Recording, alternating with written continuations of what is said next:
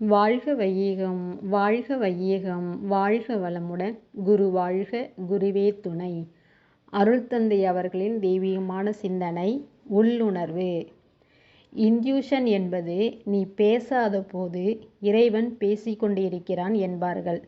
நீ பேசாத போது அங்கு என்ன நடக்கிறது என்றால், நீ வளவள என்று பேசிக்கொண்டே இருந்தால் அங்கே உள்ளே இருந்து வரக்கூடிய நுண்மையான விளக்கமோ அல்லது அறிவுரையோ எப்படி தெரியும்?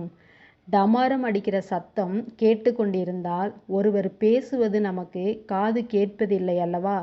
அதுபோல ஐயுணர்வை கட்டுப்படுத்தி, ஒழுங்குபடுத்தி, முறைப்படுத்தி, திட்டமிட்டு ஒரு அளவில் வைத்து கொள்வோமே ஆனால் அங்குதான் மெய்யுணர்வு ஏற்படும். உதாரணமாக, மாடி வீட்டில் இருக்கிறோம் என்று வைத்துக்கொள்வோம். அவர்களுக்கு தண்ணீர் கிடைக்க வேண்டும்.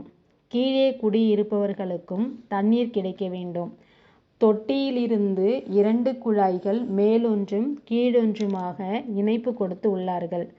நிலைமை என்னவென்றால், கீழே உள்ளவர்கள் குழாயை மூடினால் மேலே உள்ளவர்கள் தண்ணீர் பிடித்து கொள்ள முடியும். சில சமயங்களில் ஏதோ காரணத்தால் கீழே உள்ளவர்கள் தங்களுக்கு தேவையான தண்ணீர் கிடைத்த பிறகும் கூட குழாயை திறந்து வைத்திருந்தால் மேலே குடியிருப்பவர்களுக்கு தண்ணீர் எப்படி போகும்? அதுபோல ஐயுணர்வினை கட்டுப்படுத்தி திட்டம் செய்தால்தான் மெய்யுணர்வு பெற முடியும்.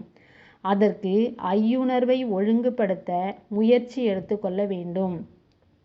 ஐயுணர்வுகளிலே, இன்ப துன்ப இயல்புகளிலே சுழன்று சிக்கிக் கொண்டு இருக்கிற வரையில் மெய்யுணர்வுக்கு மேலேறும் நாட்டம் இருக்காது. தொட்டியில் குழாய்கள் பொருத்திவிட்டாலே தண்ணீர் வந்துவிடாது. தண்ணீர் சீராகவும் கணிசமான அளவிலும் குழாயில் வர வேண்டுமானால் அதற்கு அழுத்தம் கொடுக்க வேண்டும். அதே நேரத்தில் கீழ்குழாயை தேவையில்லாத போது மூடி வைத்திருக்க வேண்டும். தண்ணீர் கடந்து வருகின்ற பாதையில் தடை ஏதும் இருக்கக்கூடாது.